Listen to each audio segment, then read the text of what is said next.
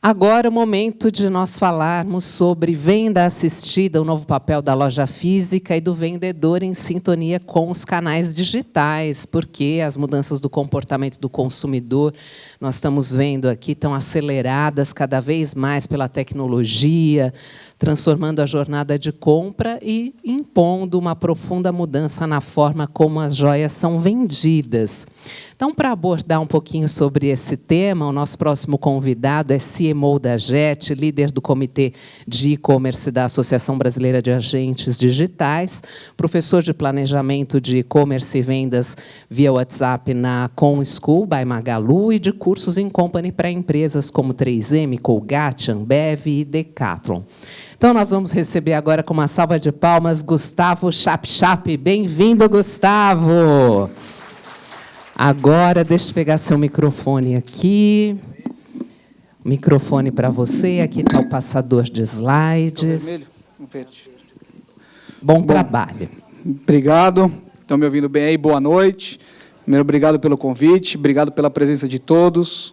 Domingo, quase 8 horas da noite. Mas vamos lá. A ideia aqui é passar um conteúdo que vai trazer uma reflexão, para que a gente consiga adaptar no nosso negócio, para que a gente consiga entender essa transformação do consumidor e a gente consiga entender onde encaixa esse vendedor, trazendo também uma reflexão da mudança geracional que a gente está vivendo. A gente não pode ignorar o que aconteceu com a pandemia, mas, principalmente, não o que aconteceu durante a pandemia, que foi um fator provisório. A gente está aqui num evento presencial, várias pessoas, estamos todos, graças a Deus, bem e sem máscara. Então, o que aconteceu no pós-pandemia? O que a gente aprendeu no ponto de vista de consumo no pós-pandemia? A pandemia foi um processo de mudança abrupta no ambiente. O que é um processo de mudança abrupta? Quem ficou mais resistente, limitado na pandemia foram justamente as pessoas mais velhas, que eram as pessoas que eram mais resistentes às compras à distância, que eram mais resistentes às compras digitais. E o que elas tiveram que fazer, de alguma forma? Comprar um celular melhor, se adaptar às metodologias digitais, minimamente, para se comunicar com a família. A partir do momento que ela tem um celular melhor, que ela está se comunicando com a família, que ela tem uma familiaridade maior com esse tipo de dispositivo, também ela está mais apta a fazer um consumo. A partir do momento que ela faz a primeira compra de supermercado, alguém faz, inconscientemente, ela percebe que tem alguém que pode escolher um ovo tão bem quanto ela. E descobre que aquela é uma boa experiência. Por que a gente olha os supermercados, para trazer como esse exemplo, e pensa nele e fala, nossa, mas o supermercado é tão bom em logística, é tão bom na escolha de produto, é tão bom na precificação, eles são especializados nisso, mas eles não pensam na experiência do cliente. Apesar da gente olhar um Pão de Açúcar, por exemplo, e dizer que lá é lugar de gente feliz. Porque a hora que a gente olha a experiência, a gente se desloca da nossa casa, a gente para o carro, a gente pega um carrinho, coloca as coisas no carrinho, tira as coisas do carrinho, coloca no caixa, tira do caixa, coloca na sacolinha, coloca no carrinho de novo, tira do carrinho, coloca no nosso carro. Chega em casa, se você morar num condomínio, você vai colocar no carrinho de novo e vai arrumar no seu armário. A Amazon é uma empresa voltada à experiência. Eles fizeram um supermercado que você não precisa passar por todos esses passos. Você entra, sugiro que vocês olhem depois o Amazon Go, você entra, ele te identifica e ele faz a cobrança de acordo com o que você passar pela gôndola. Ele quebra alguns passos porque ele está focado nessa experiência. E essa é a lição que a gente tem que trazer para o momento de hoje. Também na pandemia, um termo ficou muito famoso, que foi o isolamento social. O fato é que a gente nunca esteve tão ativo socialmente. A gente esteve isolado fisicamente, nunca socialmente. A gente nunca falou com tantas pessoas ao mesmo tempo. A gente nunca absorveu tanta informação, porque a gente inibiu aquele tempo que a gente passava no trânsito, que a gente passava nas filas, a gente ficou em casa. A gente consumiu muita informação.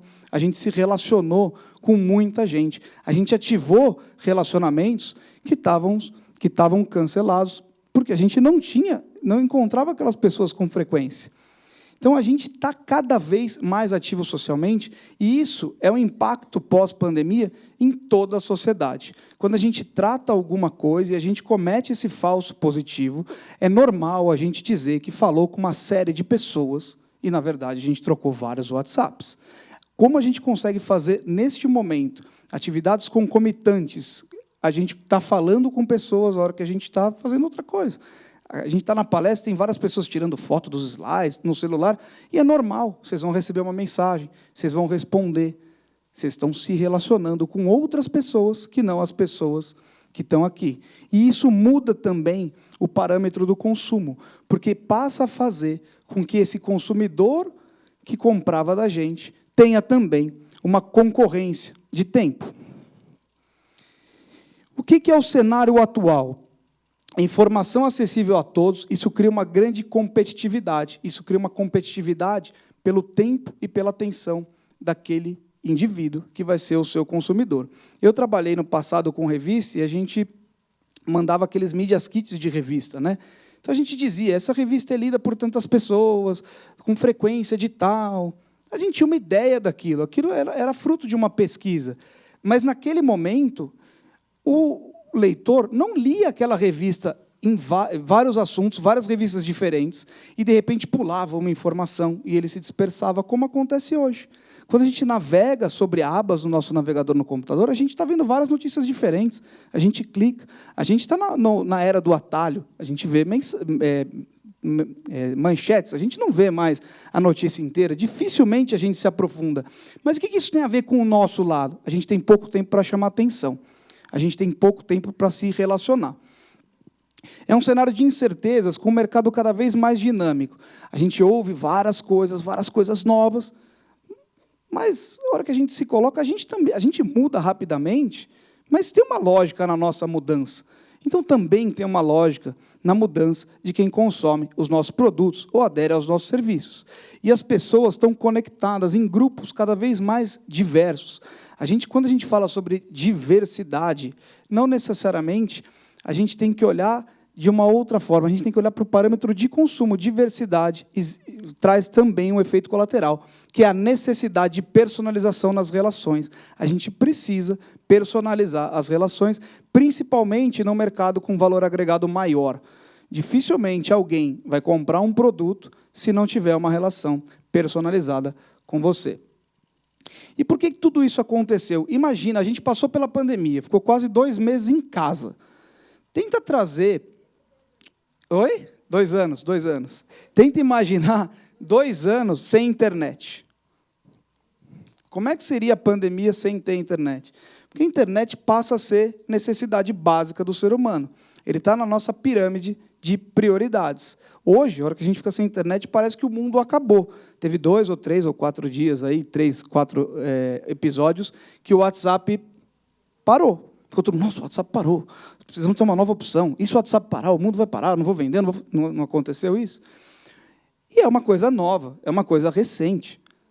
É uma coisa do novo mundo, é uma coisa da nova sociedade. Há pouco tempo atrás, você saía e falava por telefone fixo. Então, enquanto as pessoas estavam em trânsito, você não conversava com ninguém, você imaginava que elas estavam se deslocando.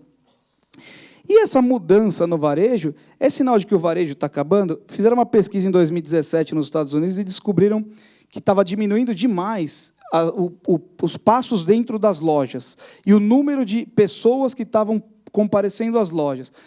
Isso diz que o varejo está acabando? Eu gosto bastante dessa frase. O varejo não está morrendo, ele está mudando, e mudando rápido. Ele está evoluindo, e evoluindo rápido. E ele está evoluindo porque o consumidor está evoluindo. E é normal a gente olhar e achar que é um grande mistério. Mas quando a gente se coloca no lugar do consumidor e pensa no que a gente consome, a gente vai perceber que a gente também mudou muito rápido. A gente vai perceber que o que a gente fazia antes, a gente faz hoje diferente. Então, a gente agenda a revisão do carro via internet, a gente responde uma pesquisa da revisão do carro via internet, a pessoa que está fazendo a revisão se comunica com você pelo WhatsApp para dizer que aconteceu alguma coisa e ele precisa trocar aquela determinada peça, e isso faz com que esse tipo de modalidade faça parte do nosso cotidiano. E, a partir do momento que isso faz parte do nosso cotidiano, isso tem que ser refletido no resto. Além do que, a gente está trabalhando num modelo onde a gente assiste streaming, que é algo, se a gente for pensar, que melhor reflete a palavra empoderamento. A gente assiste o que quer, no momento que quer, no idioma que quer, na ordem que quer, no dispositivo que quer e compartilha com quem quer em tempo real. E isso também reflete nas relações de consumo, reflete como eu acho que eu devo ser tratado. De alguma forma, cada vez mais os consumidores querem fazer tudo do jeito que eles querem. Acham que o mundo vai se adaptar a eles. É possível a gente fazer isso? Talvez não, mas é possível a gente aproximar dele, usando a modalidade da venda assistida, uma sensação de que você está fazendo algo adaptado e criado para ele. Isso ocorre porque o cidadão reinventou o modo como consome informação, falei um pouco sobre a revista, como se entretém, como se comunica. A gente não liga mais para ninguém, a gente liga para as pessoas mais íntimas, quando é algo... Né, até o e-mail é algo que agora virou uma modalidade de formalização de alguma coisa. Né? Virou uma coisa antiga, velha, porque a gente manda o WhatsApp, é muito melhor, muito mais rápido. Como estuda, então, eu dou aula numa escola onde metade dos alunos vem presencial, outra metade faz online, o aluno pode fazer uma parte presencial, uma parte online, então ele vai na segunda e na terça, na quarta e na quinta ele faz online. Está adaptado a esse tipo de consumidor de educação. E hoje a gente pode fazer uma série de cursos. Né? As faculdades, por exemplo, tirando as faculdades de especializadas, como medicina, alguma coisa que seja necessário, a hora que você termina a faculdade, provavelmente mudou tudo. Então, os cursos livres, os cursos rápidos, os cursos especializados estão cada vez mais fortes. Como se locomove, como procura emprego. Aqui tem um exemplo legal, eu vou trazer mais para frente, para contextualizar. Mas todo mundo aqui já pegou um Uber, certo? Todos. A gente vai falar mais para frente. E aí, mudou como esse cidadão compra. A gente compra muito diferente. E aí a compra não é se eu compro no digital, se eu compro no físico, se eu vou na loja física, se eu compro pelo WhatsApp. Mudou a matriz de decisão de compra e a jornada desse consumidor até chegar o momento da compra. Isso passou porque antigamente a gente tinha um canal único, então o consumidor indo à loja física e com todas as suas limitações, as limitações de trânsito, as limitações de deslocamento, as limitações de tempo que tinham que envolver tanto o deslocamento quanto a presença na loja física, quanto a limitação de itens naquela loja física. Era normal a gente ir a uma loja desavisado se tinha determinado produto ou não. Hoje é muito difícil a gente sair de casa sem ter um mínimo de informação se existe aquele produto na loja. Por quê? Porque agora a gente dá mais atenção ao novo tempo, ao nosso tempo, e isso também é um efeito colateral da pandemia, porque a gente que tinha aquela rotina, principalmente num grande centro, de acordar, ir trabalhar, voltar, dormir, começar a rotina no dia seguinte, descobriu que dá para ir na academia na hora do almoço, que dá para levar o filho na escola, que dá para, de repente, aquela atividade que você não precisa encontrar ninguém, você fazer num horário que as pessoas estão dormindo. E a gente tem propriedade sobre o nosso tempo. Então, dificilmente a gente vai fazer isso. Passou para o multicanal. Então, cada canal, cada consumidor no canal de sua preferência. Pelo canal cruzado, então, o consumidor por vários canais. E o momento que a gente está agora, que é a omnicanalidade. O que significa a omnicanalidade? O cliente compra onde ele quiser? Não só isso. O cliente transita por vários canais até ele tomar a decisão de compra e ele conclui a compra onde ele achar melhor. Meu filho fez aniversário há uns 2 meses atrás, eu comprei o presente dele online, recebi o presente, embrulhei e esperei chegar a data do aniversário. Pouco antes do aniversário dele, meu pai falou, não consegui comprar o presente, eu tive um problema, você pode comprar para dar para ele? Não dava tempo de comprar online. Eu fui até o shopping, ou seja, eu era a fonte do recurso, eu era o mesmo perfil de consumidor, o destino do presente era o mesmo, e eu fui 1 hora no online, 1 hora no físico, porque naquele momento era mais conveniente, era melhor e era o que ia resolver o nosso problema. Resolver o problema é algo que a gente tem que ter na cabeça. Ninguém mais compra produto ou adere a serviço. Pessoas compram resolução do seu problema. Pessoas compram algo que não vai dar dor de cabeça. E esse histórico vem de uma geração que comprava produtos, passou a comprar produtos adicionados a serviços, e a gente olha hoje a transformação nos pontos de venda de diversas modalidades de ter um serviço acoplado. Acabou aquela história de você ir num ponto de venda, comprar uma roupa e falar, agora você ajusta a roupa em outro lugar. Ninguém vai. Porque não faz sentido. Por que não faz sentido? Porque alguém vai ajustar a roupa para você, vai ter uma loja que vai entregar a oferta completa. O consumidor no centro e o momento que a gente está agora, que é a era do relacionamento. Lembra que a gente falou agora há pouco sobre quanto a gente está ativo socialmente? A atividade social tem como base o relacionamento. A gente olha hoje, e é normal a gente mesmo fazer, cobrar das marcas valores. Cobrar das marcas posicionamento em questões polêmicas. Se a gente for pensar racionalmente, não faz muito sentido. A marca é um CNPJ, é inanimado. São pessoas que têm valores, pessoas que têm posicionamentos. E por que isso? Porque cada vez mais as relações entre consumidores e marcas emulam um relacionamento interpessoal. Cada vez mais a gente quer entender.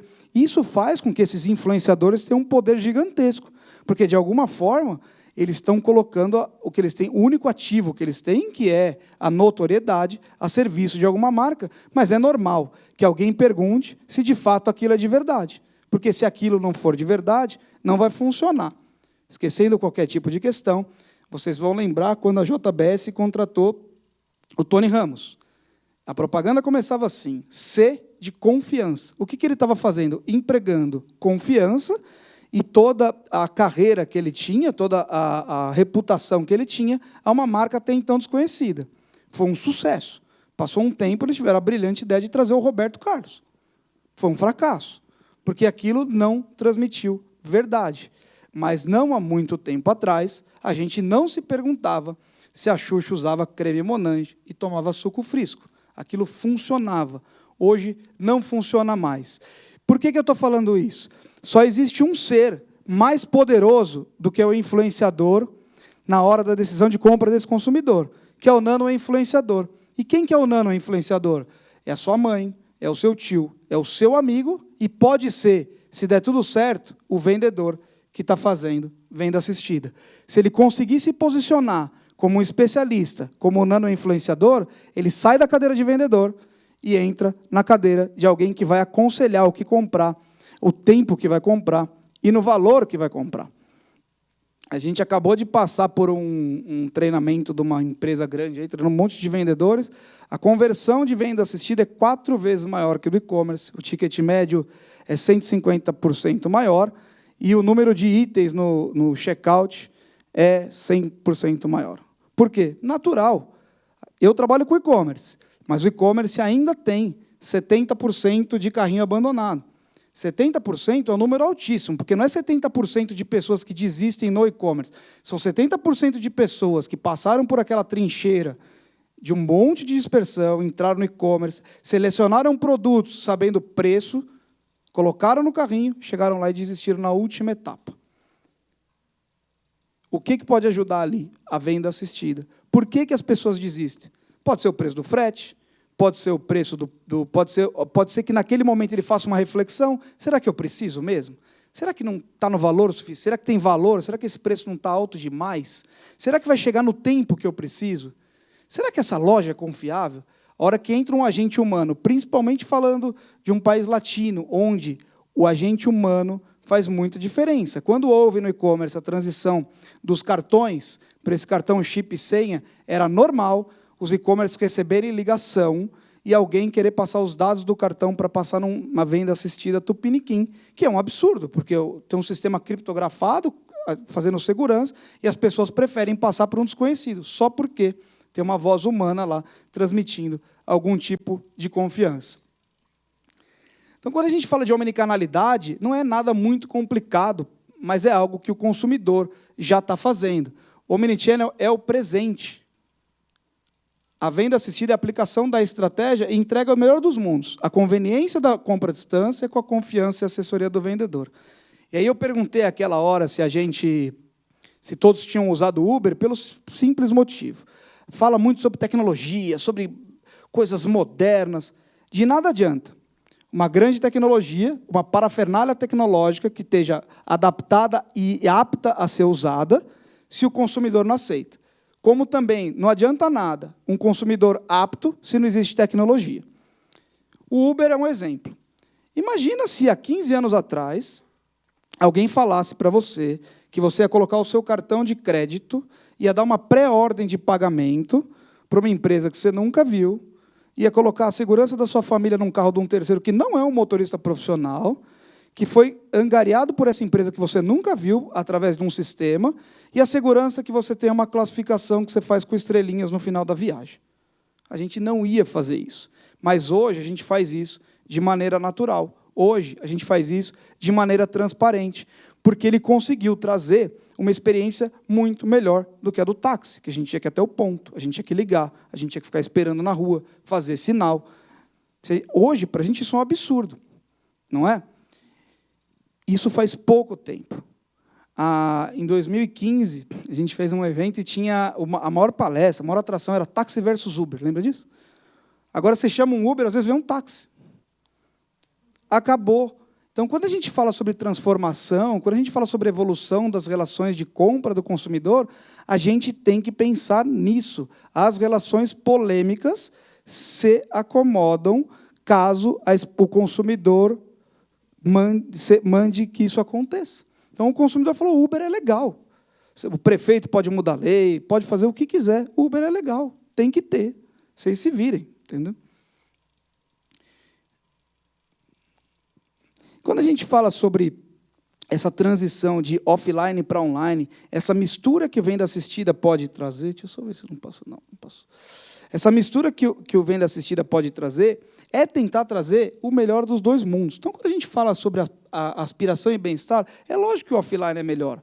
Porque a sua loja, na internet, por melhor que seja o seu site, é muito parecida com a loja do vizinho. E, de repente, a sua loja física tem um ambiente diferente. Os e-commerces hoje fazem várias coisas. Eles mandam o perfume da loja na embalagem, eles fazem um over-delivery, eles mandam um videozinho, eles mandam uma história de quem embalou aquele produto e quão aquilo foi importante. Eles entregam... Vocês já receberam produtos no mesmo dia, né, da internet, né? Você compra no Magalu, no Mercado Livre, eles já estão entregando no mesmo dia, ou até em horas, né? Por que eles fazem isso? Eles não fazem isso porque eles são legais, eles fazem isso porque, a partir do momento, e naquele volume isso importa demais, a partir do momento que você recebe o produto, você está pronto para consumir de novo. Você está pronto para comprar uma nova coisa. No online, existe isso, né? Então, o tempo que você comprou até o tempo que você recebe o produto tem um anticlímax, né? Tem aquele tempo de custódia. Será que eu preciso mesmo? Fica aquela dúvida. Se ele entrega rápido, você está pronto para comprar de novo. Você está pronto para comprar outra coisa. A confiança é maior no offline. Obviamente que é maior. A gente olha a loja e fala, aqui, beleza, vou sair com o produto na mão, embaixo do braço. O reconhecimento e personalização já se mistura. A gente tem muita tecnologia para trazer uma experiência personalizada. Então, o meu Netflix não é igual ao seu, que não é igual ao seu, que não é igual ao seu.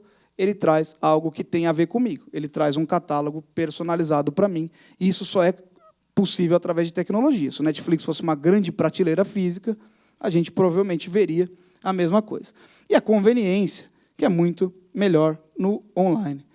E quando a gente fala sobre isso, a gente tem que pensar nas gerações. Então, mas eu não preciso fazer isso agora. Eu até estava comentando, tem uma marca que eu prestei consultoria, e o grande dilema era, a gente vai se sustentar, a gente está indo super bem, mas a gente não conseguiu conquistar as filhas e netas das nossas clientes, a gente está fadado a acabar. Em 10, 15, 20 anos, a gente vai acabar. Por quê? Porque eles não conseguiram colar nessa nova geração. Então, quando a gente fala sobre geração, a geração mais antiga acostumou a mexer no celular, passou a comprar à distância, passou a entender, vai deixar de ir no supermercado? Não, mas vai entender que, de vez em quando, pode comprar online. A geração X é uma geração que está no mercado de trabalho, que está trabalhando, que está mexendo nos dispositivos digitais. Os millennials têm facilidade, mas a gente está se avizinhando da primeira geração nativa digital, a primeira geração que não teve que aprender a mexer com nada, que nasceu assim. Então, quem tem filho pequeno sabe, né? a hora que vê jogando Minecraft, fala com um, fala com outro, construiu um prédio, visitei não sei quem, não é?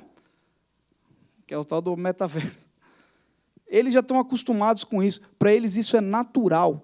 Para eles é um absurdo, por exemplo, o que existia antigamente, que era assistir a televisão aberta. Assistir a televisão aberta pressupõe que você tinha que fazer um acordo com as pessoas. O que a gente vai assistir? A gente tem que chegar naquele horário. Vai ter um comercial que não tem nada a ver com o que eu gosto. Eu vou aguardar. Se eu sair no meio do programa, eu vou perder aquele conteúdo. E isso traz uma necessidade de atender um cliente impaciente, de atender um cliente com esse tipo de característica, de atender um cliente que é nativo digital e falar, eu não vou até a sua loja. Eu não vou até a sua loja sem saber quem você é. Eu quero comprar daqui. E se der tudo errado, você vem buscar, devolve. Quem é esse novo consumidor? É mais social, o que importa é a opinião da comunidade. Isso é um efeito colateral das redes sociais. Há 10 ou 15 anos atrás, o fundador do Facebook disse que as pessoas abririam mão da privacidade em troca da notoriedade. Agora a gente está vivendo um movimento inverso, né? Mas é difícil a gente comprar alguma coisa sem pedir a opinião de alguém, sem visitar algum tipo de review. Quando eu falo que review é fator decisivo para a compra, acho que por volta de 16% a 20% decidem compra por review. Quando a gente for olhar racionalmente de novo, é um absurdo. Porque a hora que eu olho um review, eu não sei qual foi a motivação que aquela pessoa teve para preencher. Eu não sei se ela é parecida comigo. Eu não sei em que tempo ela preencheu. Mas eu olho, eu prefiro no que tem review do que o que não tem review, que é natural. Quando a gente vai comprar, como a gente tem muita opção, a gente escolhe e fica com medo de errar. Então, a gente vai errar junto com os outros, que provoca um efeito manada. É mais informado, ele busca conhecimento e compra sabendo o que está levando. Por quê? Porque hoje é muito mais fácil se informar. Então, a gente se informa previamente antes de comprar. A gente se informa previamente antes de contratar um serviço de alguém. Ou vocês contratam um serviço de alguém sem perguntar para ninguém, sem ver a reputação dessa empresa, dessa pessoa, desse prestador de serviço em algum lugar. A gente não faz mais isso. Não faz mais isso. A gente sempre pergunta para alguém. E a gente é mais informado. A gente vai comprar um carro, por exemplo, você já viu todos os test drives do carro, você já sabe quanto ele consome, você já sabe a opinião dos ex-donos, você já sabe como é que está a marca. E a hora que a gente chega no vendedor, o vendedor aí passa a ter um papel diferente. O vendedor, por conta disso, passa a ser um agente de relacionamento. Quer ser reconhecido, ele espera ser valorizado nas interações. E isso, todos os softwares, por exemplo, parece Paulo, bom dia. Paulo, boa tarde. Paulo, boa noite. Porque, de alguma forma, isso cria uma conexão. Se ele chamar você, senhor, aí um parênteses, senhora, já perdeu a conexão. Porque aí você está sendo tratado como um qualquer. E se você é tratado como um qualquer, aquela empresa está entregando um produto qualquer, está entregando um serviço qualquer, e aí não tem valor, tem preço. E se não tem valor, você vai brigar pelo preço. Busca conveniência, demanda agilidade em todas as interações e é impaciente. Isso é muito do que a gente falou. Ou a gente é proprietário do nosso tempo. A gente quer que as coisas aconteçam no nosso tempo. Ou alguém aí gosta de esperar? Ninguém gosta. E mudou demais, a gente não espera para nada. E demanda experiência. Oi? Não? Demanda experiência, busca uma experiência fluida e sem atritos. Então, não é sobre o físico, não é sobre o digital, é sobre resolver o problema do cliente. A gente olha o cliente na loja, a gente sabe se ele está sorrindo, a gente sabe se ele está feliz, a gente sabe se ele está triste, a gente sabe o que ele está olhando. A gente tem que imaginar que, quando ele está online, ele está fazendo alguma coisa também. Ou ele está na fila, ou ele está com o filho pendurado, ou ele está no momento de lazer, ou ele está no trabalho, mas ele também tem algum problema que você possa resolver. E é aí que você tem que pegar, e é aí que a venda assistida vai ajudar. Então, quando a gente coloca lá, tem uma loja que colocou isso, produto de alta complexidade, tinha um botãozinho. Fale com o especialista via WhatsApp. Ele entrava no especialista, e esse especialista explicava para ele tudo sobre o produto, então você não precisa comprar esse, você pode comprar esse outro, esse modelo, mas você precisa desse item. Eu consigo te entregar nada. É uma ocasião? Eu consigo te entregar nessa data. Ele está resolvendo o problema do cliente, porque o cliente não está comprando o item. O cliente está em busca da resolução de algum tipo de problema. A gente não compra mais nada, a gente busca experiências. Provavelmente vocês não se lembram do último produto que vocês compraram, mas vocês lembram da última experiência que vocês tiveram, mesmo que ela esteja coligada a um produto. Então, pode ser um grande presente que você deu, que criou uma situação inesquecível. A situação inesquecível você vai lembrar, e aí, consequentemente, você vai lembrar do presente. Se você comprou um item trivial, você provavelmente não vai lembrar. E a gente tem que lembrar também, como eu falei naquela parte da omnicanalidade, que a jornada de compra é não linear. Então, a gente começa na internet, compra fisicamente, a gente compra fisicamente a primeira vez, depois a gente compra na internet. A gente tem um cliente que vende roupa masculina.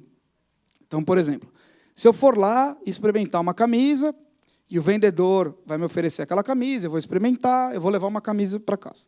Mas ele vai me oferecer várias outras. E aí, por acaso, não tem do meu tamanho, de outra cor, mas eu já experimentei aquela daquela cor, levei e gostei. Ou, naquele momento, eu estou com pressa. Ele pode me oferecer um venda assistida depois e eu comprar. Ou eu posso ser abordado pela própria propaganda do e-commerce e comprar. Ou seja, por que eu vou comprar? Eu vou comprar porque eu já fui na loja, eu já experimentei, eu já sei o preço, eu já sei o valor. Quem que foi o principal ali? O vendedor. Então, já tem loja remunerando o vendedor pelo NPS, ou seja, pela satisfação do cliente na jornada de compra, e pela permanência desse cliente durante um ano na loja. Então, por exemplo, o que ele compra durante esse tempo X? E esse vendedor é remunerado por aí, se ele começou a jornada lá. Ele para de ser remunerado só por venda, porque o vendedor ele passa a ser um agente de relacionamento, não só de venda. É um fracasso ele vender uma camisa? Se ele conquistou um cliente que vai comprar para sempre? Não, é um sucesso. É muito melhor do que alguém que vai lá comprar 2 camisas e nunca mais vai voltar. Porque aquele custo de aquisição inicial não está diluído. E a gente fala, no venda assistida, um grande potencial é o uso do WhatsApp. Ah, mas o WhatsApp vai usar ali, mas eu não posso botar um chat, mas eu não posso fazer uma ligação. Pode fazer o que você quiser. Mas o WhatsApp é confortável para quem está do outro lado. Porque o WhatsApp não é tão invasivo. O WhatsApp é algo que, por exemplo, vocês aqui podem receber o WhatsApp, responder aqui ou responder daqui a pouco. Se alguém faz uma ligação agora, provavelmente vocês não vão atender. E aí, se liga amanhã de manhã e vocês estão numa reunião, também não vão atender? Ele vai ligar pela 3ª vez? E ele vai ligar do número desconhecido, você não sabe quem é? Aí você não vai atender nunca, talvez você até bloqueie, mas uma boa mensagem de WhatsApp se identificando, pode ser que você responda. E os consumidores já estão acostumados a receber mensagens. A abertura de mensagem é mais de 90%. De meia, de 3% a 5%. Ou seja, se você mandar uma mensagem para o seu cliente, lógico, preservando toda a LGPD, tudo dentro das normas, ele vai ver. Se for interessante, ele vai responder, ele vai considerar. Porque mais de 90% vão receber essa mensagem, ao contrário de outros métodos. Alguém gosta de receber ligação de operadora de celular? É horrível, né? E eles ficam ligando. E, às vezes, você é cliente daquela operadora. E você é cliente por pura falta de opção ou por preguiça de mudar. Isso não é um relacionamento saudável entre empresa e consumidor. Você tem raiva daquela empresa. E o que você vai fazer? Às vezes, você continua cliente, mas você não vai indicar para ninguém. Pelo amor de Deus, isso aí é uma coisa horrorosa. Entendeu? Ou ele tem que trazer um serviço muito bom, mas muito bom para compensar. E a população brasileira é conectada. Eu lembro que, antes da pandemia, tinha muita polêmica, né? A criança fica muito tempo no celular. Ainda tem um pouquinho, pai, né? Mas acabou, né? Porque ele ficava na aula, na internet o dia inteiro. Então, ninguém tem uma marca tão forte que consegue condicionar o canal que o consumidor vai comprar. E tem essa cobertura. Se você não tiver em algum lugar, alguém, com certeza, vai estar. É uma coisa para a gente guardar. Então, aquela parte que eu falei do Uber é exatamente isso. O mundo mudou, o varejo mudou, porque o consumidor e a tecnologia mudaram o mundo e o varejo. Então, hoje você vai no shopping Vila Olímpia, por exemplo, tem uma quadra de beach tênis dentro do shopping. Uma coisa impensada. Porque os shoppings estão virando cada vez mais pontos de experiência. Eles querem pessoas lá para fazer experiência. Não tem mais espaço para aquelas lojas que são prateleira, prateleira e vitrine e caixa. Aquelas lojas não têm a menor graça. Tem que ter algum tipo de atração. Tem que ter algum tipo de apelo. Pode ser uma pessoa, pode ser um atendimento, pode ser um produto XPTO, pode ser alargada a apresentação de um relacionamento que você começa online. Mas se você não tiver nenhum tipo de atrativo, o cliente vai só uma vez lá. Ele não vai de novo. Ou você entra na briga de preço, que não é algo saudável. Como eu falei, tecnologia é o motor da mudança, mas é o consumidor que está no comando. Isso é algo que a gente tem que trazer. A gente precisa desenhar a persona do nosso consumidor. A gente precisa entender os motivos que fazem ele comprar, que fazem ele parar de comprar, que fazem ele comprar mais ou menos, que fazem ele pagar mais ou menos por determinado produto. Porque é isso que vai mudar o nosso jogo. E para quem já tem uma marca, para quem já tem consumidores, tem ouro. Não tem que ficar indo atrás de cara novo. A gente tem que olhar para dentro de casa. Olhar por quê que ele parou de comprar aqui. Pode ser que ele tenha tido uma movimentação socioeconômica, mas pode ser que não. Pode ser que ele esteja gastando o dinheiro dele em outro lugar. Quando aconteceu a pandemia, aconteceu muitos exemplos disso, de empresas que tinham um tipo de apelo com aquele consumidor e continuaram oferecendo aquele apelo, do tipo, eu sou perto do seu trabalho. Mas ele não vai mais trabalhar. Mas ele continua tendo dinheiro, ele continua tendo afeição à sua marca, ele continua conectado a você. Você precisa dar um jeito de ele comprar. É resolver o problema do cliente, é propiciar com que ele possa comprar, porque ele compraria. Só que aquele apelo não está valendo mais. Como é que funciona essa matriz padrão de compra? O cliente vai perguntar, o que eu preciso? Então, você tem que oferecer, não um produto, uma solução. O que eu vou ganhar? Então, como é que você vai me premiar pela lealdade à sua marca? E isso é cada vez mais presente. Né? Eu estou aqui, legal, escolhi você. E aí? Você vai me dar um desconto? Você vai me dar um desconto na próxima? Você vai me dar um item? Você vai me dar acesso a uma coleção exclusiva? Você vai me levar num evento? O que você vai fazer para me recompensar? Eu escolhi você. E isso é normal. Isso é a base da relação do relacionamento. A gente também, no relacionamento, é uma troca. As relações entre marcas e clientes cada vez se aproximam das relações pessoais. Cada vez elas estão mais misturadas, cada vez elas estão mais emuladas. Respeito ao meu tempo. Então, você me oferece acesso aos produtos corretos no meu tempo. Então, não adianta nada você me oferecer algo que eu não tenha capacidade de pagar ou algo que não tenha nada a ver com o meu perfil. É o exemplo que eu dei do Netflix. Tem um catálogo gigantesco. Se passar o catálogo inteiro, provavelmente eu não vou conseguir escolher algo para assistir, não vou assistir nada e vou desistir de assinar aquele serviço. E qual a experiência? Ao encontrar o produto ideal, como é que você vai me engajar e me entreter? É o tal do over-delivery. É entender que depois que ele passou por tudo isso, ele comprou de você, qual a experiência inesquecível que você vai trazer? Então, quando a gente fala de experiência, eu tenho um amigo que dá treinamento baseado nos conceitos da Disney, por exemplo. Tem uma frase que reflete, a Disney não tem muro descascado. Não tem muro descascado porque eles se propõem a entregar um sonho. Sonho não tem muro descascado. Se a gente começar a pensar nisso, qual a experiência que eu vou trazer para esse cliente, a gente tem sempre que pensar no que ele espera. E a gente pode entregar o que ele espera e mais alguma coisa, porque a gente já conhece a persona e a gente já conhece o perfil e sabe o que ele está esperando. A gente sempre lembra da experiência, a gente pouco lembra do produto. E a gente, como ser humano, adora ser surpreendido. Essa é uma teoria que a gente criou para explicar, mais ou menos, em P's, o que é esse consumidor. Então, primeiro P, personalização. Tratar o consumidor de forma personalizada. A gente já falou várias vezes aqui sobre isso, e é algo, principalmente no mercado de alto valor agregado, que faz muita diferença. A gente não pode tratar esse consumidor como um consumidor qualquer, é muito desconfortável. Você, consumidor, que tem uma história com aquela marca, ser perguntado de novo da mesma coisa. Eu dou muita aula de venda via WhatsApp, por exemplo, e as empresas estão criando parafernálias gigantes para fazer venda WhatsApp de vários softwares. Não sei o que. Eu falei, legal, você tem um monte de software, mas o seu cliente está digitando no celular. Ele está entre uma atividade e outra. Ele está no meio do trabalho, entre uma reunião e outra, ele está pegando o filho da escola. É isso que você tem que pensar. Você tem que tratar ele de forma personalizada. A hora que ele fala, eu sou muito criterioso para escolher, você fala, tá certo, você tem que ser muito criterioso mesmo. Tem que comprar sabendo o que você está levando. Você tem que surpreender. Proximidade. Estar próximo é fundamental para entender as mudanças e aumentar os momentos de compra. Na palestra anterior, ela falou muito sobre a mudança, né?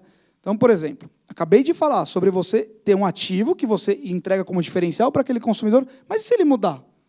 E se ele mudar de classe social? E se ele mudar de posicionamento físico? E se ele mudar de opinião? Você vai perder ele como consumidor? Não. Se você estiver próximo, você vai adaptando aquele perfil. Porque, provavelmente, você tem um produto para entregar para ele. Porque você já passou. Olha o tanto de opção que esses consumidores têm hoje. Ele já comprou de você. Ele já passou por tudo.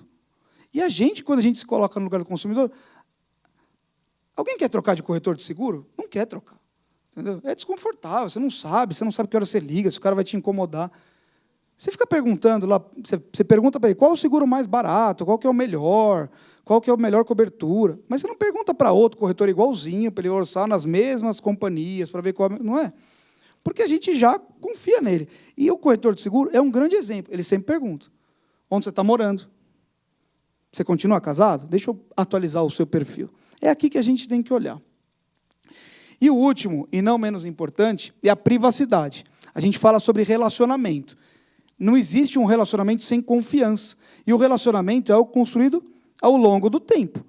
Ou quando a gente vai conhecer alguém que a gente quer casar, quer flertar, a gente pergunta tudo, faz um interrogatório. Se der certo, e vocês forem construir uma vida juntos, você vai saber tudo. Quem é a família, onde estudou, o que gosta, o que deixou de gostar, se sonha em ter filhos, se não sonha em ter filhos, você vai saber sobre tudo. É no tempo. E isso só acontece no relacionamento, e você só vai saber de determinadas informações que podem ser decisivas para a compra se você conseguir criar um ambiente de privacidade.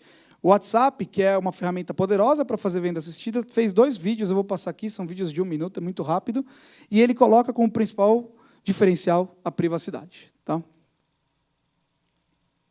É só apertar?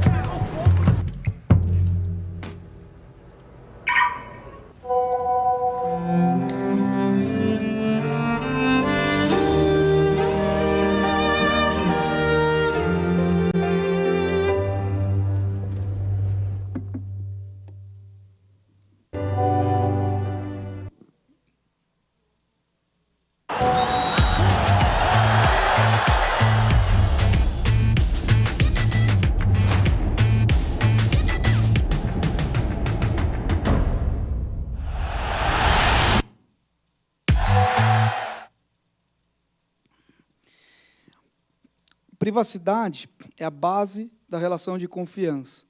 Quando a gente fala sobre venda assistida, a gente fala sobre responder alguns tipos de pergunta que, de repente, aquele consumidor tem vergonha de perguntar, mas, a partir do momento que você estabelece uma relação de confiança, ele vai perguntar, e aquilo é fator decisivo para que ele aumente o ticket, para que ele compre ou que ele não compre, e que ele passe a te indicar. Cada vez mais o custo de aquisição de clientes está alto e o cliente mais barato é aquele que está permanecendo na sua base, comprando cada vez mais e indicando você para outros clientes.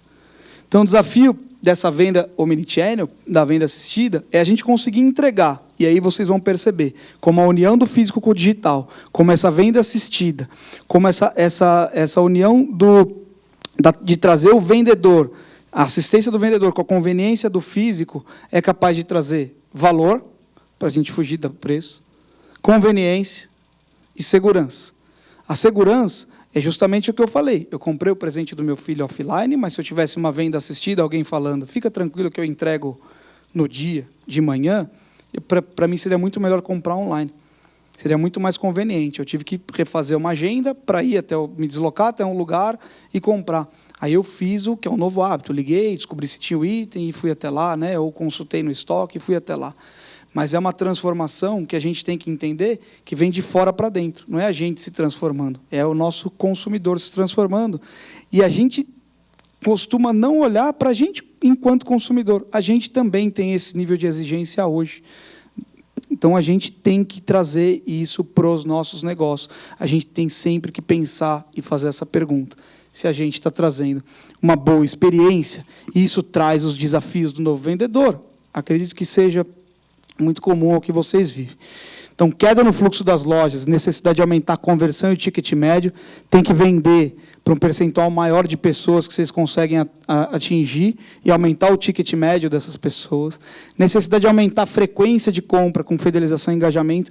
E isso, a venda assistida pode fazer, porque você pode, em algum momento, fazer algum tipo de ativo, momento de compra, a oportunidade de comprar, o momento de compra da loja física é só quando o cliente está dentro da loja física, ou ele está passando pelo ponto de venda, e passar pelo ponto de venda não depende mais de você, por mais que você atraia, por mais que você faça, depende de uma série de fatores, e depende também agora dessa propriedade que cada um tem do seu tempo, de onde esse consumidor está hoje morando, de como essa rotina é algo que está alheio ao nosso poder, mas abordar um cliente à distância está dentro do que a gente pode fazer sozinho. Necessidade de proporcionar uma experiência de compra diferenciada para justamente sustentar os valores de cima, então aumentar a fidelização e engajamento e aumentar a conversão, e unir o físico e digital. A gente tem que entender que para a gente pode ser algo distinto, mas para o cliente é uma coisa só.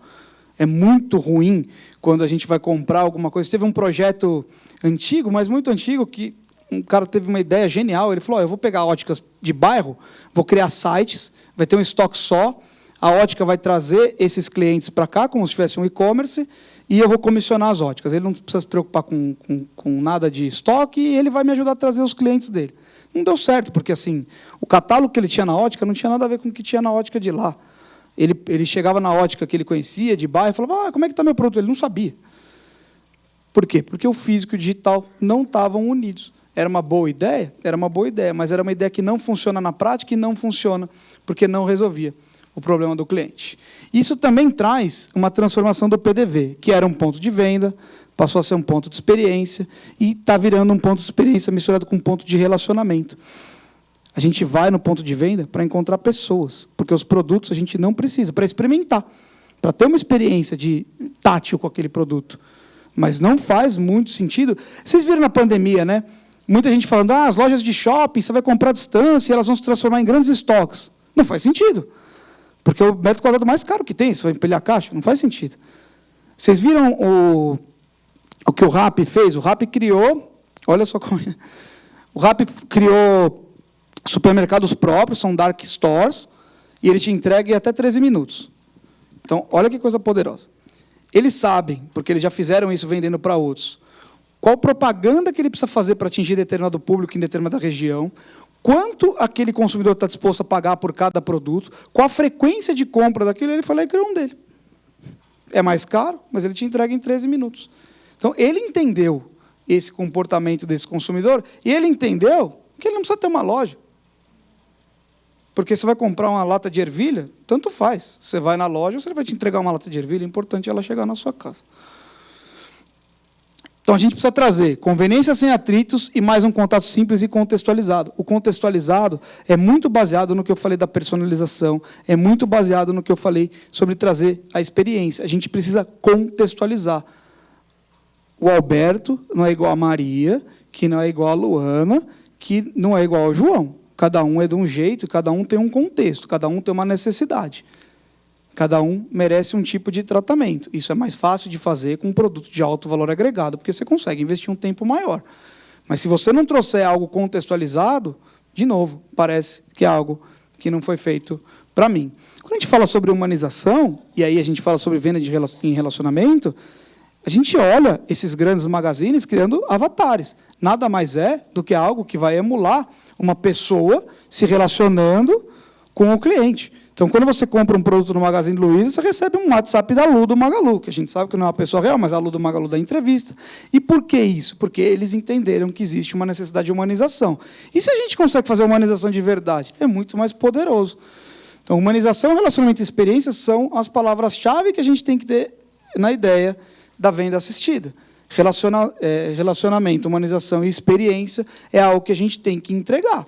Relacionamento é a base dessa relação, é o que vai trazer a lucratividade. Os tickets são maiores, a frequência de compra é maior e a confiança desse cliente em você é maior. Uma outra coisa, você está tirando foto do outro, alguém quer que volte? Não? A gente costuma falar muito sobre experiência, a gente costuma olhar muitos dados, tem que ler os dados, né? Tem que saber ler os dados de maneira correta e fazer as devidas ponderações. Então, tem uma brincadeira que a gente faz que é necessário se colocar no lugar do consumidor. E isso, lógico que é uma figura de linguagem, precisa comer a comida do cachorro. Não adianta olhar o cachorro abanando o rabinho e falar, acho que ele está gostoso. Precisa ir lá e entender se aquilo de fato é uma boa experiência. Porque, às vezes, ele está como o cliente da operadora de celular. Ele não troca porque ele tem preguiça. Mas ele não vai te indicar. Ele vai sempre achar caro e uma hora vai aparecer uma nova opção. E ele vai te largar. Então, é preciso se colocar no lugar do consumidor. Essa é uma frase que teve esse ano em Nova York, no NRF, e eu achei legal trazer, porque o consumidor está acima de qualquer métrica. Eu conversei uma vez com o diretor da Nestlé, ele falou que a primeira medida que ele tomou foi acabar com o script do saque. Porque quem ligava à tarde, por exemplo, eram as donas de casa, e elas davam dicas preciosas, assim, coisas que eles depois, se eles ouvissem e soubessem minerar aqueles dados. Então, a embalagem de tal produto não deveria ser no pote, deveria ser num saco, porque o pote elas guardavam e elas poderiam não pagar por aquilo, várias dicas que elas davam. Mas, no modelo antigo, antes dele, elas ligavam lá e falavam, está pegando fogo na minha cortina. Ligue 2 para produtos, ligue 3 para... Assim, não funciona. Entendeu? Então, não interessa se tiver que ficar falando com o cliente, dependendo, lógico, isso tem que ter uma matriz de lucratividade. Fala, porque vai fazer toda a diferença no final. De novo, pessoas compram experiências, pessoas não compram produtos, experiências ficam guardadas, produtos não. Vocês vão lembrar a última experiência, vocês não vão lembrar do produto, vocês vão lembrar da última viagem, vocês não vão lembrar da última compra do supermercado. Certo? Se a gente conseguir trazer uma experiência na nossa venda, com certeza a gente vai entregar valor. Se a gente entregar valor, ele vai voltar. Se ele voltar, ele vai nos indicar. Então, a experiência de compra do consumidor é a última fonte sustentável do campo de batalha. A gente está falando isso de consumidores mais antigos, de consumidores mais jovens, não tem mais fidelidade de marca. A gente pode olhar que essas marcas novas são justamente marcas que trazem experiências, que têm justamente esse tipo de modalidade. E aí, para confirmar esses números, eu trouxe números da última pesquisa Mobile Time. 93% declaram que experiência é importante ou muito importante. Então, a gente teve um evento aqui no Transamérica, onde vocês vão ter evento amanhã. Semana passada, evento espetacular, volta da pandemia, 18 mil pessoas, conteúdo fantástico, mas demorava 15 minutos para ir no banheiro. Adivinha qual foi o assunto mais falado do evento? Demorava 15 minutos para ir no banheiro. Não é? Então, são números que vêm confirmar. E o que confirma essa teoria da experiência? Vamos falar das operadoras de celular. Há pouco tempo atrás, a gente comprava celular no Comodato, vocês lembram? E ele amarrava você por 24 meses. E era normal. Hoje a gente não aceita mais isso. E quando a gente olha para esses serviços novos, Amazon, Spotify, Netflix, qual que é a diferença? Chega no cartão, né? Você pode cancelar a hora que você quiser, né? Por que você não cancela? Porque traz uma experiência que você está usando. Então, todo mês você pergunta, está trazendo uma boa experiência? Continua. E todo mês você continua. Todo mês você continua. Todo mês você continua. E lógico que é um valor muito menor, lógico que é um valor baixo, mas é baseado nesse sistema da nova economia. Ele vai cada vez mais trazendo experiência. Qual que é o desafio deles? Cada vez trazer um conteúdo que seja mais aderente ao público, cada vez trazer um conteúdo que vá trazer renovação, cada vez trazer um conteúdo que vai angariando gente de uma nova geração para que eles consigam renovar essa base de clientes e fazer a manutenção da base de clientes antiga. Então, tudo é baseado na experiência e o consumidor que consome o Netflix é o mesmo consumidor que vai consumir o produto de vocês. A experiência que ele tem aqui é a mesma experiência que ele vai buscar ali. E aí, quando a gente fala sobre fidelização, olha que interessante. Os clientes leais são 5 vezes mais propensos a comprar. Lembra que a gente falou? A importância de diminuir o tempo de recompra do cliente, a importância de atingir a base. Isso aqui vem confirmar. São 5 vezes mais propensos a perdoar. A gente gasta uma fortuna em pesquisa e, na verdade, a gente pode fazer pesquisa de graça com os nossos próprios clientes. A gente pode perguntar para eles o que foi ruim, o que foi bom. E eles vão falar de maneira autônoma. Eles não estão viciados, eles não estão ganhando nada para aquilo. Eles estão falando porque, de fato, de alguma forma, eles estão achando que, se eles te responderem, eles vão colaborar para que você melhore a experiência dele. Numa próxima vez, a gente viu um movimento na pandemia que era compre do bairro, né? Todo mundo viu? O que era aquilo? Era isso. Compre do bairro para você ter a manutenção daquele serviço que amanhã você pode precisar. No fundo era isso. Né? No fundo era isso. 7 vezes mais propenso a testar uma nova oferta, isso é legal, a pesquisa está aqui, você não precisa pagar nada. E 4 vezes mais propenso a recomendar marketing gratuito, a gente não comprar nada sem perguntar para outra pessoa, essas pessoas vão te recomendar de graça, o custo de aquisição de cliente está diluído, ele é o nano-influenciador, ele é o agente que tem maior potencial de trazer o novo cliente. E a gente, quando fala assim, mas eu estou bem, eu não preciso inovar, eu falei o exemplo da marca que vai morrer. Lembra, quem teve StarTAC? Algum gênio da Motorola, quando começaram a surgir os novos celulares com telas maiores, falou assim, ninguém vai abrir mão da conveniência de ter um celular que cabe no bolso por uma outra funcionalidade a mais. Mas eu gosto de pôr o celular aqui, porque o celular ele reflete um pouco do que é o ser humano hoje. Quando a gente comprava um StarTAC, do momento que a gente comprou até o momento que a gente aposentava o StarTAC, ele fazia a mesma coisa, não é? Um celular desses novos, um smartphone, não é assim. Se tiver um aplicativo novo, ele ganha uma função nova. Se tem uma atualização, ele ganha uma função nova, como a gente. A gente vai se renovando. E tudo está lá. E tudo está lá, possibilitando que a gente esteja mais tempo lá. E a gente usa uma porrada de coisas que estão lá, e a gente está apto a comprar lá. A gente está apto a comprar digitalmente ou minimamente ser abordado ali. Quem lembra da Blockbuster? A Blockbuster tinha um modelo de locação de vídeos inovador, né? Porque você fazia uma assinatura, você pagava para ter sempre 3 títulos com você e você devolvia no... E aí começou as novas tecnologias, mas naquela época a internet não era tão democratizada, era mais difícil as conexões. E aí isso aqui é o resultado de um relatório de investidores, não precisa dizer o que aconteceu. Acabou. Como acabaram várias outras empresas que seguiram o mesmo caminho, que foram líderes de mercado, que estavam fazendo a coisa certa, mas estavam fazendo a coisa certa por tempo demais. As empresas não morrem por fazer a coisa errada, elas morrem por fazer a coisa certa tempos demais. Quando a gente tem que olhar para frente justamente quando a gente está bem, porque quando a gente está com problemas e a gente vai olhar para frente, a tendência é a gente errar o caminho. A gente tem que olhar para frente, olhar para esse novo cliente, olhar para essas novas gerações, justamente quando o nosso negócio está sustentado e está saudável. E aí não precisa fazer uma estratégia também mirabolante, é uma outra frase que teve na NRF. Tem que pensar no básico.